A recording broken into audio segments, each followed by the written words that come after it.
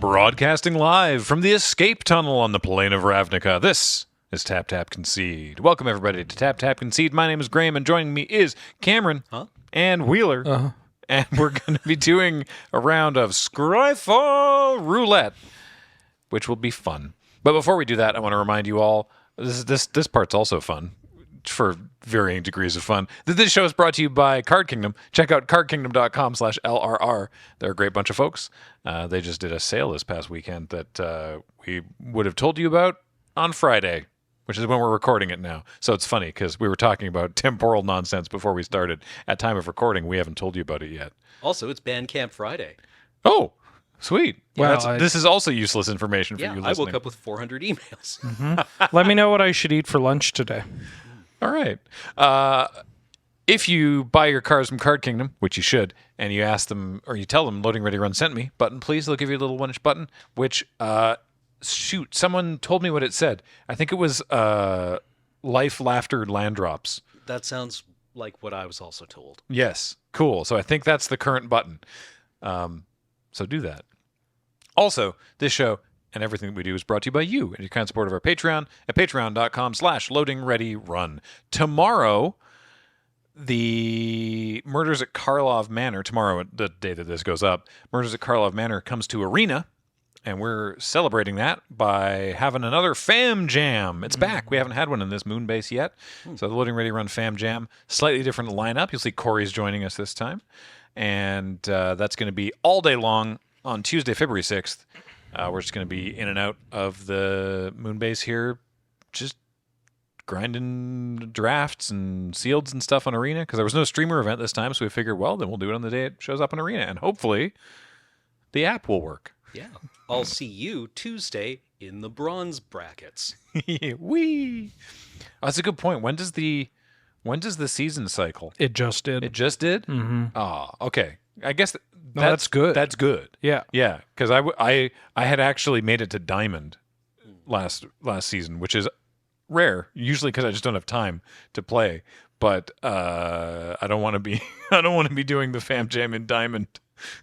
I don't want that. I don't want the smoke. So yeah, tune in for that. But for today, oh right, sorry, one other thing. I wanted to thank everybody because we have completed the Friday Night's Kickstarter. It was fully funded to quite a degree. I was practically double funded, if not literally. Doing some quick mental math, literally double funded, which is delightful and wonderful. And I can't wait to start making the show. We have so many fun ideas. Now we have to do twice as many episodes. That's not how that works. Well, tell that to the fans. I believe that means we will be paying people twice as much. Right? I mean, I said we did our countdown thing, and it's like, look, don't necessarily expect the greater amount of funding means that we are going to get to do some stuff that we wouldn't have been able to do otherwise, in terms of like locations or infrastructure and equipment and things. But it's not necessarily that you're going to see every dollar reflected on screen, because the rest of it's going to go to everyone who works here at Loading Ready Run in the form of paying everyone's salaries. I love getting paid for my work. Yeah, exactly. So, it's not exactly 1-to-1, but yeah, you'll see. It'll be great. Validating. It's good stuff. 5 hours of flip it and rip it at the end of the season. Hey, speaking of validation, let's validate your knowledge and thoughts of magical cards for another round of Scryfall Roulette. It's been a while since I've been on one of these. I don't actually remember the last time. But the way that this works, if you're unfamiliar at home, is that James is going to push a button over there, which is the random button on Scryfall, and it's going to show us a card here. And then, broadly speaking, I'm going to read the card and stop talking, because I probably won't have a lot of thoughts about it. And then Cameron and Wheeler are going to talk about the cards. Yeah, I will compete with Wheeler on card knowledge. We're not. It's not a competition. No, we're not playing stump. We're not playing stump'ems. Don't worry. James, what's our first card of the day? Oh, it's Memnite. Hey. Okay, I do remember Memnite. It's a 0-mana artifact creature. It's a 1/1. this confused me because Scars of Mirrodin was like right when we started playing for real, Mm-hmm. and I was like, but it's free. How can this not be good? I remember Ornithopter. Yeah. People definitely tried playing this. I mean, it's not the first like 0 mana artifact creature, but it's the first one with power. Yeah. Yeah. And so people were like, I should just play this in any aggressive deck because it's a free creature. And then they learned. Yeah, what card disadvantages? Yes. Yeah. Like, Yeah. I mean, this would go on to be refined into a servo, which you get stapled onto a real card, typically. Yeah. But I like his little hands. Oh, I do like his little hands. What was there any way that Memnite was like cool or good? Yeah, I mean, in like affinity decks and decks that care about casting a bunch of artifacts or cheap creatures. Well, there was I remember in Standard, wasn't there a deck that played? There was the Quest. Quest for the Holy Relic. Yeah, you play 3 artifacts. 5 creatures. Five creatures. Sorry, and you get to tutor and put something onto the table. Right? Yeah, it was 1 white quest enchantment where if you cast 5, every time you cast a creature, you put a quest counter on it. Then you sack it, remove 5 quest counters, search your library for an equipment, and you put it into play attached to a creature. And the big piece of equipment you used was Argentum Armor, Yeah. which is 6 mana to play, 6 mana to equip. Gives a bonus to power and toughness, and whenever it attacks, you destroy a permanent. So yeah, +6/+6. So the dream is Quest for the Holy Relic, Memnite, Ornithopter, untap, like Glinthawk, return Memnite, play Memnite or whatever, and then you just start blowing up their lands every single turn. Oh, man, Glinthawk. Yeah. Loved Glinthawk. Memnite was also in the Tempered Steel decks of the time. Right. The Kuldotha Red decks. Yeah, because didn't the Tempered Steel deck also run Lodestone Golem? Occasionally you got the big loads in there as just like a top end, but you know, getting a free 3/3 is better than getting a free 1/1. Surely people didn't actually call that card that, did they? I still call that. Okay, good. Well, it's because it's like Juggernaut. People call Juggernaut big jugs. Big jugs, right? And so because it's a 5/3, you're like, oh, big loads. Great. Or huge loads, whichever sounds better. Big Texas Lodestone. Texas, that's a Texas side lodestone. Good buddy. Oh, boy. All right. Well, hey, thanks, Memnite. You existed. Next. Oh yeah. Wow. Fleeting Aven. Actually, kind of a funny story about Fleeting Aven here. So one blue for a 2/2 bird wizard with flying. And whenever a player cycles a card, return Fleeting Aven to its owner's hand. Art by Ian McCaig, who lives in Victoria. Yep. And I believe at a previous Desert Bus? Yeah, we auctioned off or gave away the sketch for Fleeting Haven, Oh wow. which is very cool. And I'm pretty sure if this is the same Ian McCaig that I'm thinking of, or at least the same artist living in Victoria, is also the artist who did like the concept work for Darth Maul, among other things. Oh, wow. He did a lot. He's done a lot of cool He's stuff. done a lot of stuff. Yeah. Yeah. Silk Clash Spider Oh yeah, card yeah, from yeah. Onslaught as well. So anyway, that's the art. How's the card? Well, it is a Windrake that has the classic like formatting of a card from 20 years ago where either player can cycle the card. Yeah, like when your opponent can unsummon your creature by drawing a card. Yeah. That feels bad. Yeah, it's like you can kind of create a scenario where you're like, ooh, damage on the stack. I'm going to cycle something and return it to the hand so it doesn't die. And then there are cards that care about, playing birds or tapping untapped birds. So it's like a way that you could theoretically like attack, they block, damage on the stack, cycle, return to your hand, replay it, and then have them untap to tap to some other bird wizard. Was damage on the stack when this came out? Oh yeah. Okay. Oh yeah. That seems like a downside. Yeah, it sucks.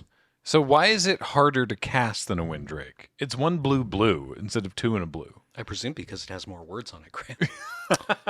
You're thinking too much. Okay. When it comes to cards from this era. Like it's I don't know.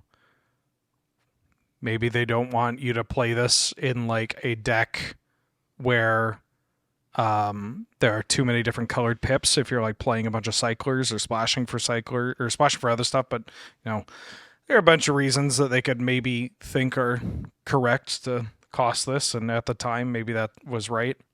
Card sucks, but Fair enough. All right. Next. Ooh. Blasphemous Act. 8 and a red for a sorcery, and from original Innistrad, Blasphemous Act costs 1 generic mana less to cast for each creature on the battlefield, and it deals 13 damage to each creature. This is a Commander All-Star these days. Yeah. It's pretty good and limited, honestly. I remember this being played in a game or in a deck with the Boros Reckoner. Reckoner. Yeah. Oh, in Standard, right? Yeah. Because Reckoner, it was if damage was dealt to Reckoner, then you could redirect it or something? Yeah. Yeah, you deal that much damage to target any target at this point. Oh, has that been that's the updated template? Yeah, you could target a player and then redirect the damage to a planeswalker. Right. But No, it's just any target. yeah. Right, so you get your opponent down to 13 and then Blasphemous Act and kill them. Yeah. Huh. This is a very interesting card. I think one of the reasons that it's been so that it I don't know, it's a fascinating look at how to do a wrath effect in red. Which generally wrath effects in red are just like 3 damage to everything, 4 damage to everything. And it's like, yeah, okay, sure, I guess. But this one, it's like this is enough to kill basically everything. Yeah. The catch is it's really expensive unless there's lots of creatures. Like I don't know, I think it's neat. Yeah, you kind of almost have to get comical with like how much damage you deal or just how you get to that high damage threshold in order for it to actually just be like a wrath, which I think is pretty appealing. Like, even if this card wasn't as good as it is in something like Commander, people would probably flock to this card just because it has the number 13 on it. Like if this was like 5 mana, deal 13 to each creature, people would still probably just want to play it because, 13 is a scary number. Yeah. Yeah. This recently saw a reprint in one of the 40k decks, didn't it? I believe it did. I feel like there's some pretty sick 40, I think this blasphemy, right? Surely I think it's in the Ruinous Blasphemous Powers. Act in the Ruinous Powers deck depicts the breaking of Cadia. I think so. Do we have that, James? I don't believe it was. It Really? looks like it's most recently been reprinted in Commander Legends. I think. Well, no, wait. The card I'm thinking of was the Past in Flames. Oh, reprint. yes, that was Past in Flames. Right. Really? I thought this had been reprinted in some recent Commander decks. But I guess. It might be in like LCI. What? Yeah, no, it does look like it has. Here we go. Dr. Whomst.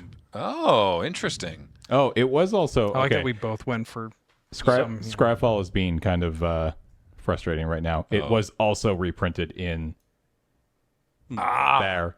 There we go. It also saw a very cool secret layer. Yes, I have that one. Nice. Sorcery. This particular secret layer of the pulp, like sort of 1970s, I want to say generally Italian-inspired horror movie posters. like Very, very fun stuff. like Giallo films. Yeah. Yeah. Did you see the rest of the ones from this layer? No. They're very funny. I just love the way that they're templated. A blasphemous act that deals 13 damage to each creature. Sorcery. Anyway. Yeah, that one's great. All right. What are we messing around with next, James? Boop, boop, boop. Ooh, Thistledown Liege. 1 and then 3 hybrid white-blue mana So 4 total mana in a hilarious combination of colors. For a 1/3 Kithkin Knight, this one has Flash, and then there was a cycle of lieges, and they all basically did this depending on their color. Other white creatures you control get +1/+1. Other blue creatures you control get +1/+1. Meaning if you had a creature that was white and blue, it would get both of those. So that's pretty neat. The worst one of the bunch. I was going to say, I was like, how's this stack up on the Liege's power ranking? And it seems low. So Wilt Leaf Liege. I mean, do we have to bring in the enemy colored ones too? I remember the Boros one was kind of Just the ones from Shadowmoor. Shadowmoor and Lorwyn. The ones from this block, these blocks. Right. Because they did all 10, right? Yes. Yeah. Thistledown. I think it's just Glen Elendra Liege. Is that the best one? That's the blue black. No, All right, the best one. We're taking a sidetrack from Scryfall Roulette. We're going to tier list the lieges. Let's go. Number 1. Okay. Wilt Leaf Liege. Which one's that? That's the green-white one. It's a 4/4, and if a spell or ability an opponent controls would cause you to discard it, it gets put into play. Okay, sweet. Yeah. And so yeah, it's +1/+1 for green and white creatures. yeah. Cool. Number 2. I'm gonna say Boar Tusk Liege. Ooh. I think Boar Tusk Liege, which is really straightforward. It's the green-red one, triple hybrid Gruul pips for a 3/4 Trampler Goblin Knight. So they mostly cost 4. The ones we've seen so far cost 4 mana total. Yes. So we've had a 4 mana 1/3 with Flash. I believe the Shadowmoor ones cost 4, and the Eventide ones cost 5. Okay. And then Glen Elendra, Wilt Leaf was a 4 mana 4/4. This is a Yes. 4 mana 3/4, but with trample. And it's a goblin. And it's a goblin. Oh, that's relevant. Okay. Yeah, and like this occurs off of Boggart Ram Gang, Right. which the Ram Gang just kills you dead. Big fan of the Ram Gang. Deathbringer Liege is probably number 3. We need to get the big baby on the screen. This is a 5 mana one. It's the black-white one. yeah. Whenever you play a white spell, you can tap a creature. Whenever you play a black spell, you can destroy a creature if it's tapped. So if you cast a hybrid spell, you just get to do that. You are not winning this game with limited. That's messed up. Yeah. How is this one not the best? This seems very strong. Oh, I'm just grading them on like vibes and okay. like, if they saw competitive play. Okay, fair This enough. one on vibes alone is number 1 because it's got Drew Tucker art and you're just not beating this card ever. Fair enough. Number 4, I think. favorite Drew Tucker art. Is it Dan? No, I kind of like. Oh god. It might actually just be Deathbringer Liege. Yeah, fair. Yeah. We'll loop back to Drew Tucker. Let's keep going lieges. People of the Woods is also pretty good. Number 4, Merkfiend Liege. Ooh, okay. This is the blue-green one. Blue-green. Yeah, this card is also kind of a house. Probably not beating it in limited. Oh yeah, big lad.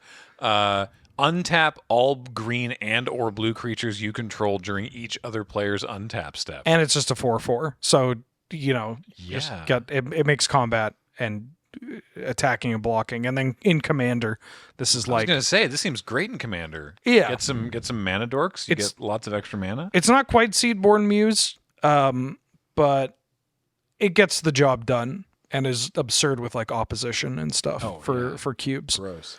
And then number 5. The fans are probably screaming for Balefire Leech. But I'm going to say it's Creekaleek, baby. Creekwood Leech. Creekwood Leech. Which is actually 4 mana, not 5 mana now that I'm thinking of it. 4 mana, 2/2 in Golgari. Yeah. Beginning of your upkeep, you make a 1/1 black and green worm. The worms are good. Yeah, so it just makes a 3/3 every upkeep for you, Huh. Right, of course. which is pretty strong. It's like Tender Chicken Shoot Dryad. tendies? Yeah. Chicken tendies, yeah. Yeah. Good, big fan of Tender Shoot Dryad. All right, who's next? Oh, Christ, we're doing all of them. Balefire Leech, Right. the Boros one. Because it just kind of lightning helixes the player, like your opponent. Whenever you play a red spell, you deal 3. Whenever you play a white spell, you gain 3. So any red or white spell has a lightning helix attached to it. Yeah. And, Holy crap! And I'm sending all the lightning helixes upstairs anyways. Yeah, this is going straight to Dome. Yeah, 100%. I'm a sucker for Mind Rack Liege. Oh, it can only target player, actually. Yeah, it can only go to the player. Interesting, okay. I think it's player or planeswalker now. Okay. But Mind Rack Liege, which is the blue-red one. This card is like secretly cracked in Commander. 6 mana, 4/4. It's an Izzet. And you can pay 4 hybrid Izzet to put a blue or red creature from your hand into play, which is just kind of gross. There are a lot of big idiots in blue and red. Then, oh god, who else is there? The Glen Elendra, is it Glen Elendra Liege? It's Glen Elendra Liege, yeah. Very nice. It just has flying. Yeah, but fairies are kind of broken. Oh, okay. I also like that it's riding on a bumblebee, or a wasp, excuse me. Yeah. So this one's just a 4 mana 2/3 that has the pump ability, but just is fly. Just, it's a fairy knight with flying. I guess knights are relevant now too in a way that they weren't before. Yeah. Knights were a little, like, there were cards that cared about knights in this era as well. More so now since Eldraine. Yeah. The Ashenmoor Liege, I got a soft spot for this because it's a 4/1 and it just, ooh. Whenever it becomes a target of a spell or ability opponent control, just targeted, that player loses 4 life. Yeah. Okay. And it's a 4/1. So this means business. Fair. And then I believe that leaves Thistledown Liege as the final one. I think So we covered them all. the worst one is the 1/3. Yeah, All this right. one is just, I mean, this card, funny enough, probably saw some amount of play in Constructed, like in the early days of playing Kithkin, when this was like deck and type 2. Right. But I don't know how good it is. Like, I kind of How just, many other creatures are you running in this color combo? yeah, Right, like- it's a mono white card, but at this, it's also just like, it's so awkward because for a little bit less, you get stuff like Spectral Procession. For a little bit more, you get the Cloud Goat Ranger. And then at 4, you just get a Johnny Goldmane. Yeah. Where do you place Gaia's Liege? Where do I place Gaia's Liege? Well, why don't you come over here, Jake? Yeah. Yeah. Gaia's Liege, for those keeping score at home, is a very old card. 3 green, green, green. If I can read this. When defending, Gaia's Liege has power and toughness equal to the number of forests you have in play. Is that a semicolon? When it's attacking, they are equal to the number of forests opponent has in play. Tap to turn any one land into a forest until Gaia's Liege leaves play. Mark changed lands with counters, removing counters when Gaia's Liege leaves play. And it's a star. So when it's blocking, it has a power and toughness, and when it's attacking, it has a power and toughness. But its power and toughness is not specified at any other point. I got it for the first invitational card. This was pretty good. Is that a real person? That's Bob Seeger, I believe.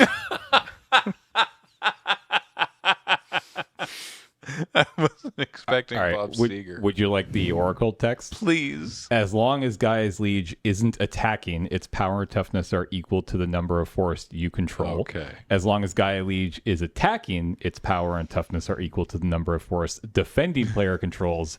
Tap, target land becomes a forest until Gaia's Liege leaves the battlefield.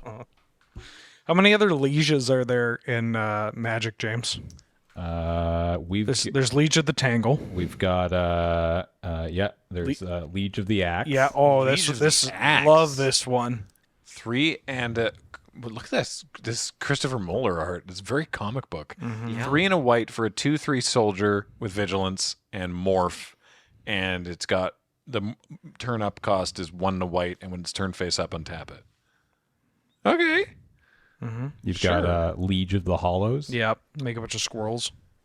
2 green, green, 3/4. When it's put into graveyard, any graveyard from play, each player may pay any amount of mana to put that number of squirrel tokens into play under their control.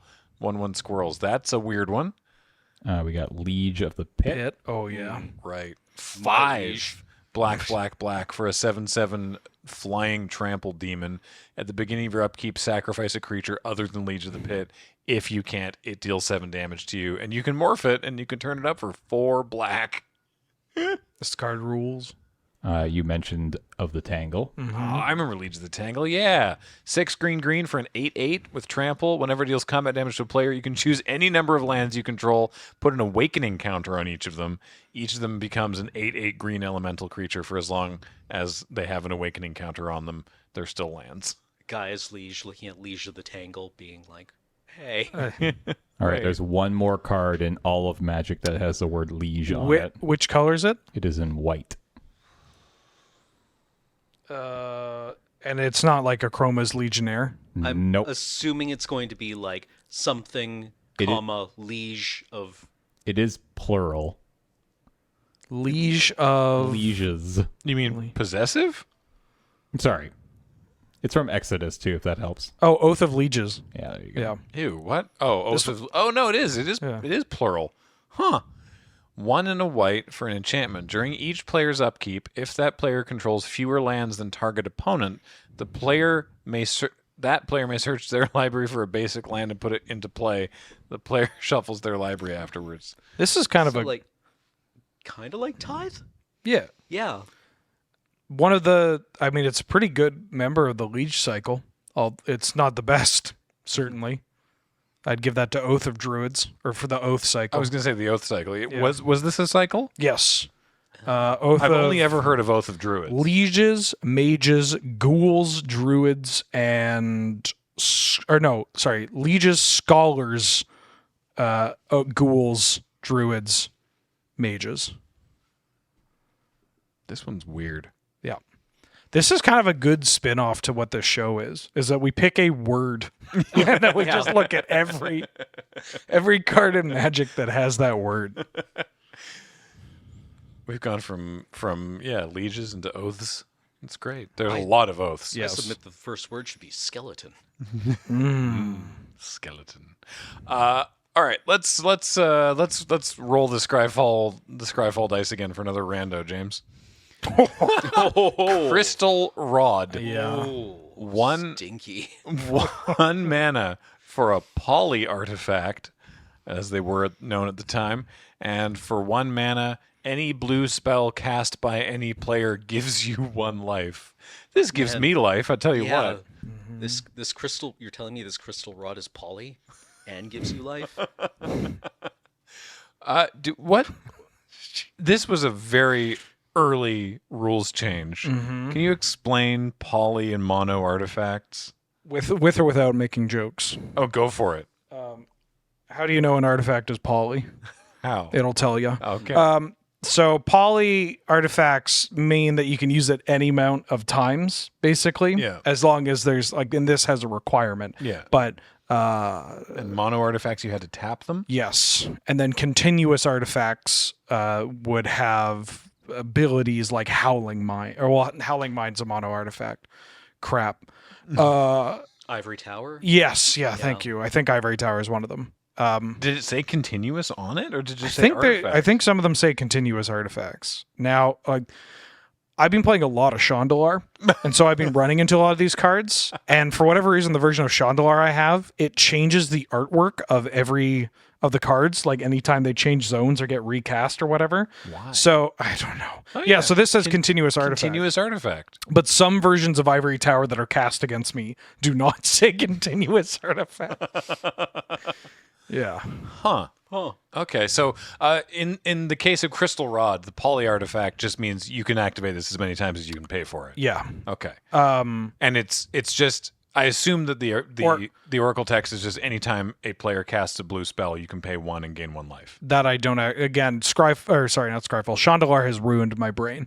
I don't actually know. It's That's true just of a lot that. of people. Yeah, the poly means that it's not limited to once per turn. It's like you could cast for every blue spell that is getting cast, you can pay this. Mm-hmm. It's not like somebody played a blue spell, you pay this, and then it stops working. That's what it means? Okay. Yeah. Whenever a player casts a blue spell, you may pay 1. If you do, you gain 1 life. You only get to do that once per spell. Yeah. Okay. It's no Throne of Bone, but Crystal Rod's still pretty good. Was this part of a cycle? Oh yeah, they dedicated 5 slots in the first set of Magic the Gathering to this crap. Ivory Cup, Crystal Rod, Throne of Bone, Wooden Sphere. Oh, right. And I remember then Wooden Sphere. Iron Star, I think is what it's called. Yeah, I think it's Iron Star. Right. I think I remember the art. I definitely remember the art for Wooden Sphere. Yeah. Because Sphere actually had kind of baller art. it reminded me of the cover of Riven. Yes. Yeah. Sequel to Mist. Riven, the sequel to Mist. It said right there on the. It's what you get on the tin. Man, Riven was sweet. Anyway, what were we talking about? Magic the Gathering, yes. Crystal Rod. Crystal Rod. Sure. It's funny that they upgraded these in Dark Steel so that they're 2 mana, but you don't have to pay life and or pay mana. Yeah. Yeah. It's just if a player does this, you get the life. Yeah, whenever a player casts the spell of this color, you gain a life. Huh. Yeah. Weren't those kind of like sideboard tech against mono red? Yeah, in the Mono Red Mirror, you'd bring in Dragon's Claws. Right. Because then it's whenever you or your opponent casts a red spell, you gain like 2 life.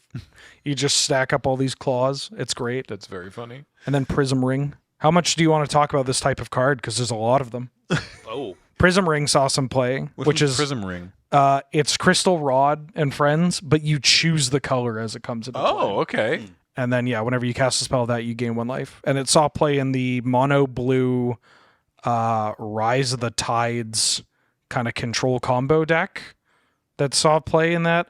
I played a lot of Standard at that time. Rise of the Tide? Which one's? Because I'm thinking of the one that makes zombies from. The very same. Really? Yeah. In what format? Standard. No shot. Yeah. Prism Ring. Played 4 of Prism Rings. Can you bring up Prism Ring? I do not remember this card. I'll know it from the art, but I don't remember it to just hear about it. James is frantically scrambling to get. And then they upgraded it to the staff of like Staff of the Wild Magus and the Mind Magus, which is like 3 mana artifacts. When they cast the spell or when a land of that basic land type ETBs, you gain 1. Oh wow. Okay. I barely recognize this art. Prism Ring, 1 mana artifact as it enters the battlefield. Choose a color. Whenever you cast a spell of the chosen color, you gain 1 life. So this was it was a mono blue Rise from the Tides. Yeah, so it was just cast instants and sorceries and then make a hajillion zombies. Yeah.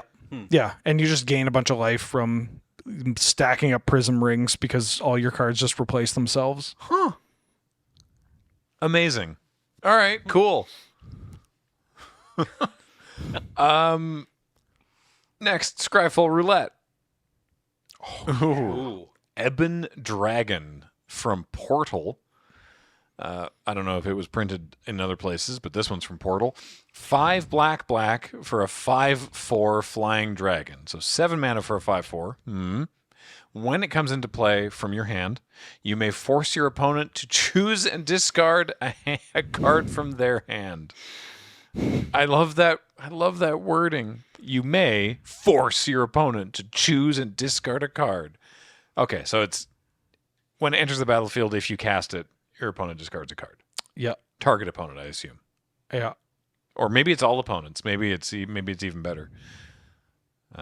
You may have target opponent discard a card. Okay. How does it look so much worse in the new frame?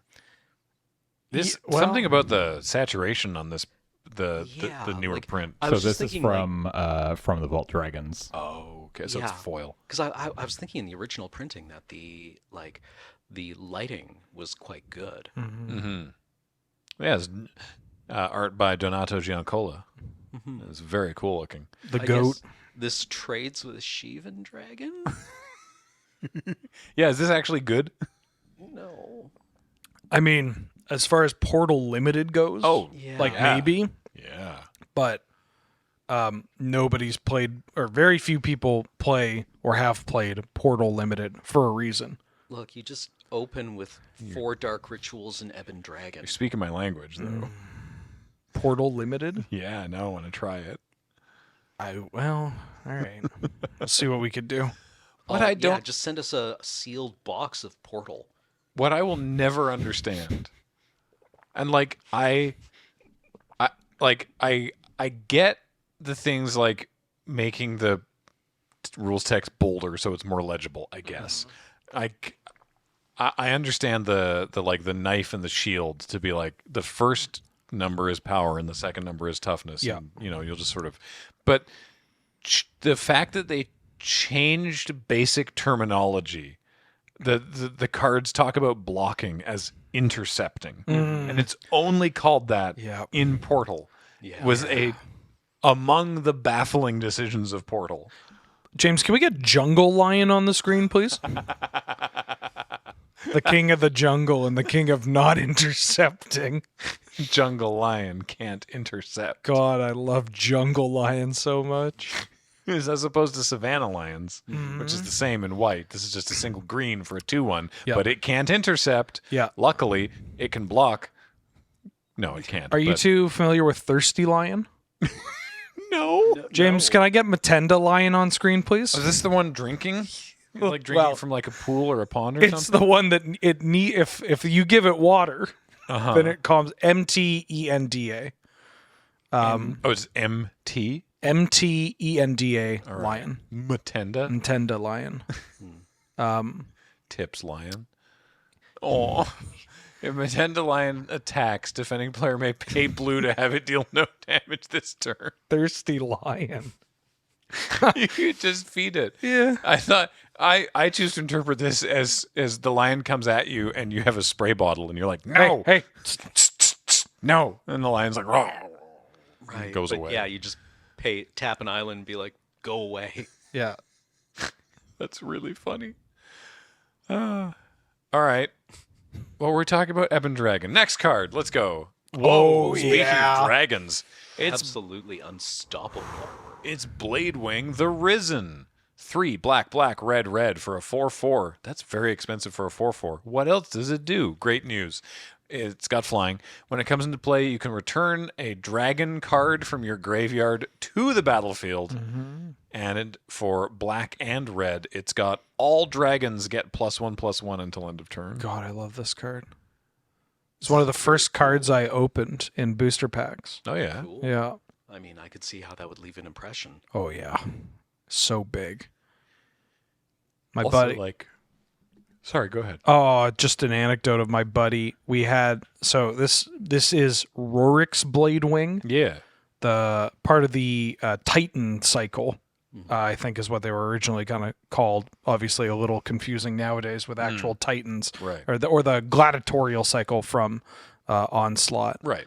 And my play group, each of us had one of the different Titans, and that was like the gentleman's agreement among us 12-year-olds or whatever. Right. You're like, okay, so I have Sylvos, you have Rorix, you have Jareth, etc. Nobody's allowed to double up until somebody doubled up, and so that caused a major kerfuffle amongst 12-year-old Right. and Wheeler's play group, It must yeah. have. which They lived in harmony until the red player attacked. well, the red player was actually one to. There was a very iconic moment of they added black to their deck, and so they would curve out Rorix, and then the opponent would kill their Rorix, and then they would Bladewing get back Rorix and just smash them, and it was just unbelievable. I couldn't believe you came back from that. I dark banishing your Rorix. I had a question about Bladewing the Risen. Is this, unless there's been an oracle change from the printed card that we're looking at, is this not also a skeleton? Surely. I think it's a zombie dragon now. Correct. It is a zombie dragon. Okay, Yeah. good. Looks more skeletal, but there's a tongue, I suppose. So, okay, good. I'm glad. I was like, this is an undead dragon. This should be reflected in its subtypes. Yeah. Says Graham, the pedantic subtype. How do you know that its tongue isn't made out of bones? It's the kind of bone color. Fair. That sounds miserable, but yeah, I guess. See, that tongue is actually just a completely rigid structure. It's really more of a spur. Hello, I'm Bladewing the Risen, and this is just the bony tongue sticking out of its mouth. It's hard for it to talk, also because it doesn't have lips. Yeah, it's just hinged at the back with a ball and socket joint. But it can still pronounce Rarx. Yeah, what turned 40 last year, and it's the cartilage back there ain't so great anymore. So, Oh no. Next card. Oh, Oh. you were talking about a Johnny Goldmane earlier. Hmm. One of the original Lorwyn 5. Yeah. 2 white for a 4 loyalty planeswalker. +2, you gain 2 life. What you looking for? The Twilight Imperium box on set. oh, we might have. Oh, it's around. Isn't it up on top of the shelf? Yeah, I thought it was. That seems dangerous. It is relevant to a Johnny. Well, yeah, because it has a large lion. It has man. space a Johnny. As we. It might be on the shelf around the corner. I'm Oh, not okay. sure. +1, gain 2 life. -1, put a +1/+1 counter on each creature you control. They gain vigilance until end of turn. And -6, put a white avatar creature token into play with this creature's power and toughness are each equal to your life total. It seems good. Yeah. You this card killed people dead. Yeah. You would Spectral Procession into a Johnny Goldmane, give all your tokens, counters, and vigilance, and then you just get to jump block and do it again. And that avatar came up like occasionally. It just could kill people. And Yeah. it just presumably kept getting larger. Because it's the difference between like the Nissa from Phyrexia, which was like it makes a tree. I can't remember what the token is, but its power and toughness is equal to the number of lands you control, and that gets decided when the token is made and doesn't change. Whereas this token has that ability, and so its power and toughness will keep Fluctuates. fluctuating depending on your life total at the time. So it could get bigger and bigger. Imagine seeing the avatar being killed. You would be like, uh-oh. Oh, That would be very bad. it's kind of wild that they just like got this in one. They just made an entirely new card type, and all 5 of them saw play in standard or extended, or just like, and some of them still see play in like cube. Like it's that doesn't happen. Yeah. You don't get it right the first time. Jace Beleren was, Yeah. I mean, still kind of an interesting card. Yeah. It was Johnny, Jace, Liliana, Chandra, and Garrick. Yeah. Yeah. Yeah. Even the Chandra, which was like arguably the weakest of the bunch, saw play because it could kill Chandra Nalar, full stop, could kill Baneslayer Angel and survive.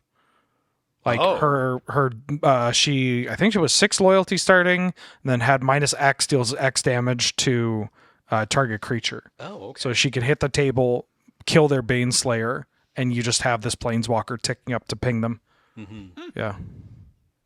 I remember people running Jace Beleren as removal for Jace the Mind Sculptor before they changed the Planeswalker uniqueness rules.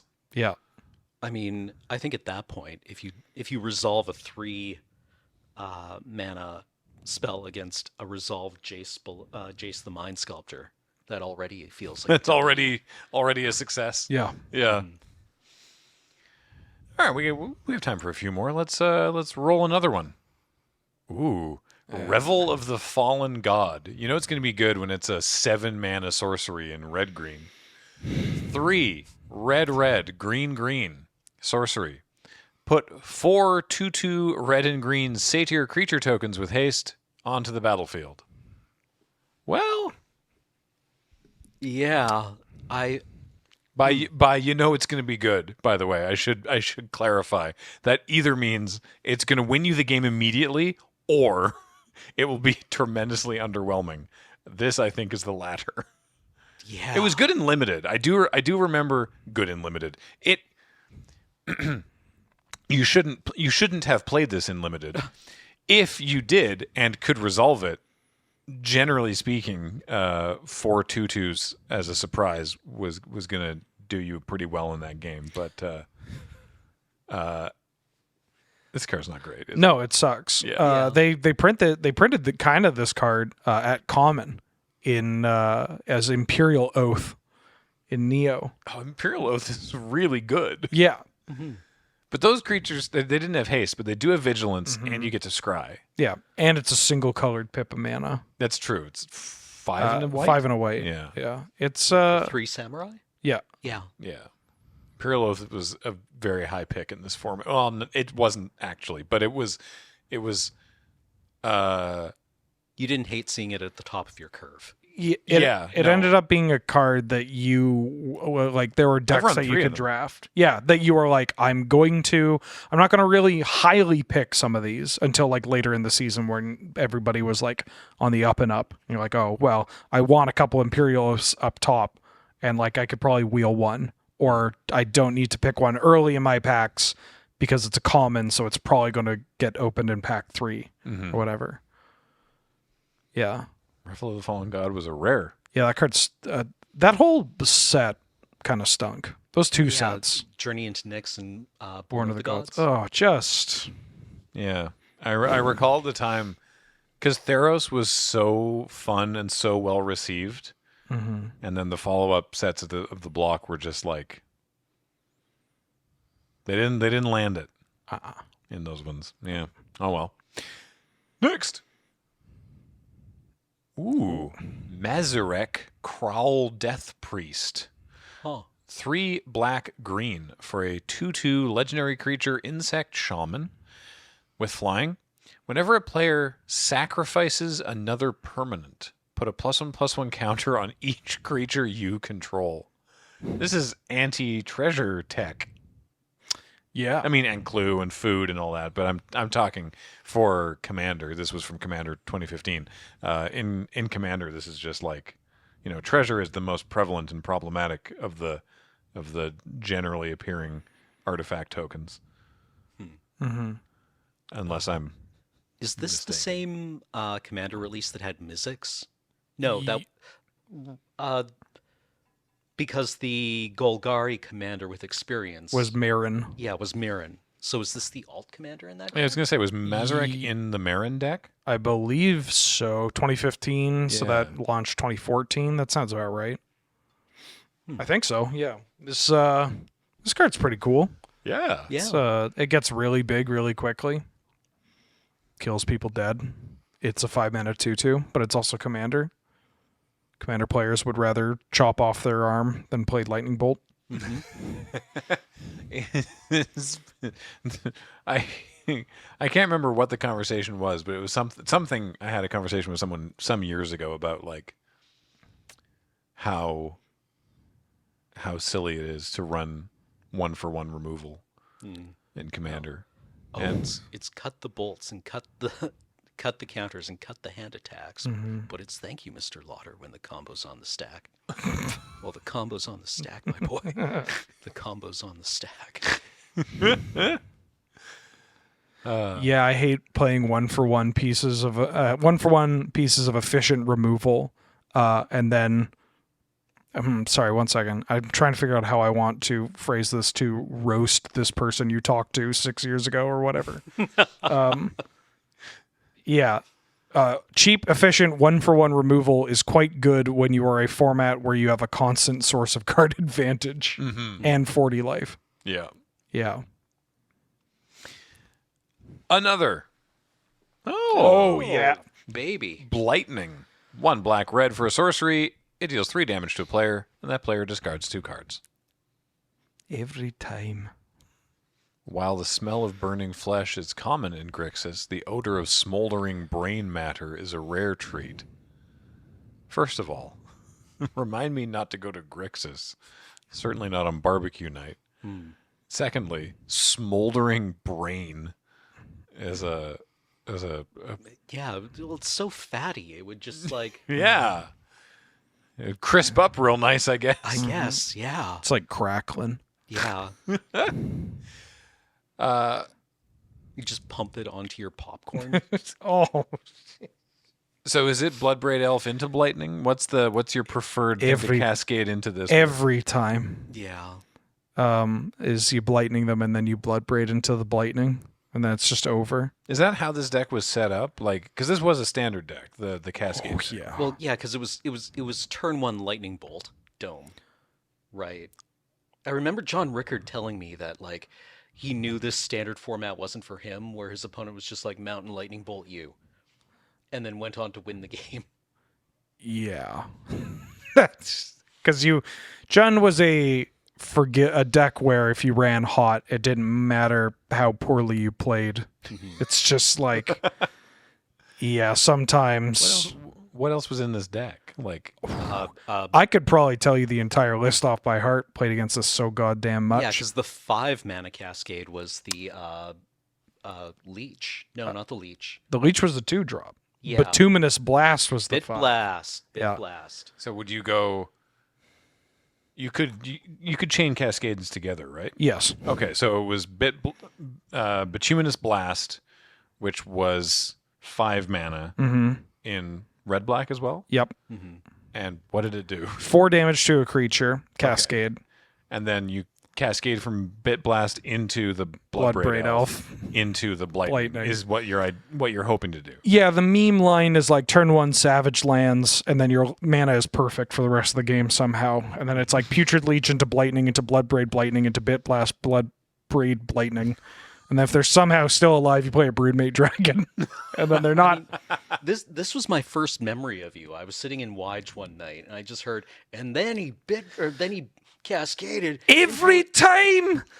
So can I run down this story? I'll try to Please do do. it without the swears. because We've told this one so many times as one of our earliest Magic memories. Yeah, just hearing this story occurring in the back of the Wige. So the joke started as this was a very different time in the world, and certainly a group of young men in their 20s maybe telling stories of like, could you believe a woman would play Magic? And this was partially clowning on the idea of people being like, women don't play Magic, of a guy who was like, I met this, the joke being this guy who meets a girl who plays Magic, and they start playing Magic the Gathering against each other.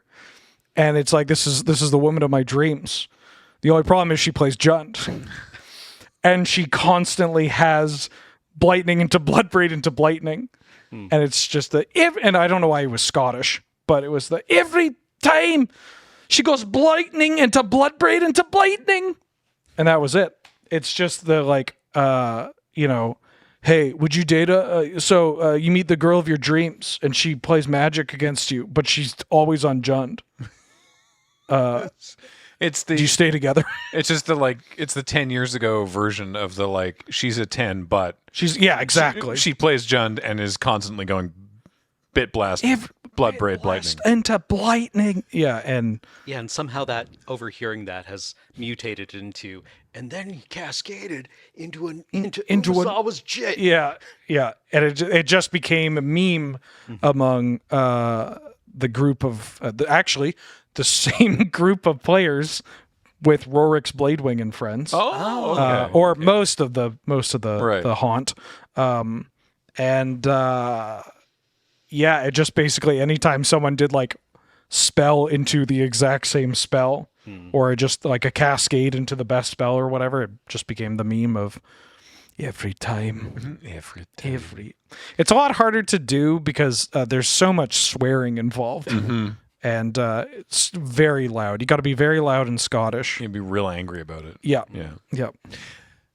All right, one more. We'll send it home with the last Scryfall Roulette pick of the day, which is... Cha-cha. Ooh, speaking of Smoldering Brain, it's Mind Ravel. 2 and a black. I distinctly remember this art from when I was younger. This is from Ice Age. It's a sorcery. Target player chooses and discards a card from their hand. Ignore this ability if that player has no cards in hand. Draw a card at the beginning of the next turn's upkeep. And so the flavor text is an end to reason, an end to order, forget all that has been. But because the spacing between the rules text and the flavor text is so small, I had a brief brain short circuit where I read it as like, draw a card at the beginning of the next turn for some reason. Which I would love to see that on a Magic card. Like, do that for some reason. What? Why? I don't know. Just the dev notes got left in. Yeah. Like, sure, for some reason you draw a card. Yeah, why not? Mark, please fix. I mean, okay, one off. Mark Teddin's art always seems to he has a lot of these images of people's heads being unraveled. Yeah, memory lapse. Memory lapse, yeah. Yep. He has 2 of them. That's his thing. Yeah. I remember wanting this to be better than it was.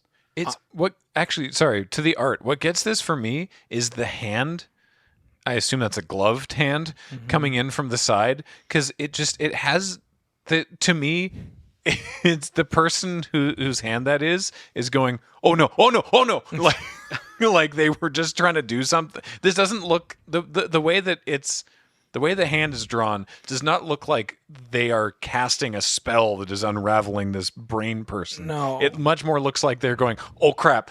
It's like, Oh no. hold on, there's a bee in your mind. I'm just going to, Like oh no, my brain golem's unraveling. Crap. Oh, Yeah, oh no, heck, no, oh heck. no. Yeah, this is the hand gesture I make when my hollandaise sauce turns into scrambled eggs.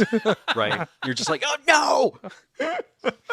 You're trying to be very careful and delicate and precise. I think this card, I listened to another podcast about Magic the Gathering where they mentioned this card and how it was offhand kind of mentioned that this card might have actually just been better than it looks because like the cards were so bad back then. Yeah. And like getting any kind of card advantage is kind of just a welcome. Like you're not playing anything to the board is like a chumps game.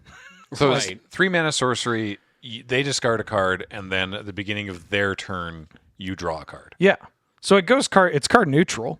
Yeah? And in the sense that you expend a card, but it replaces itself, but then they're down a card.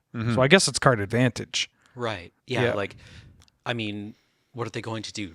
You have your opponent top decking things, and they're going to play what? Their 7 mana 2/2 from Legends? Yeah, like it's nothing flashy, but this is like, it is likely that including this card and casting this card is going to put you closer to winning the game than Sarah Angel or Shivan Dragon would. Right. Okay. Yeah. I've never thought about this card. Like I've never cards tried like to this- I've never tried to evaluate this card. Cards like this coexisting with Chains of Mephistopheles is just a really weird concept to me. Yeah, it's kind of wild that Magic the Gathering actually just got to where it is. Yeah. People complain about how the game's all about Commander nowadays, which some of that is valid complaints, but most of it is just the sweatiest people you know getting so angry that their doctor gets an alert that their blood pressure's through the roof or something. Where like you look at the top performing stuff that you do, like that you would play in Magic the Gathering in this era, and it's just nobody's playing the game and it sucks.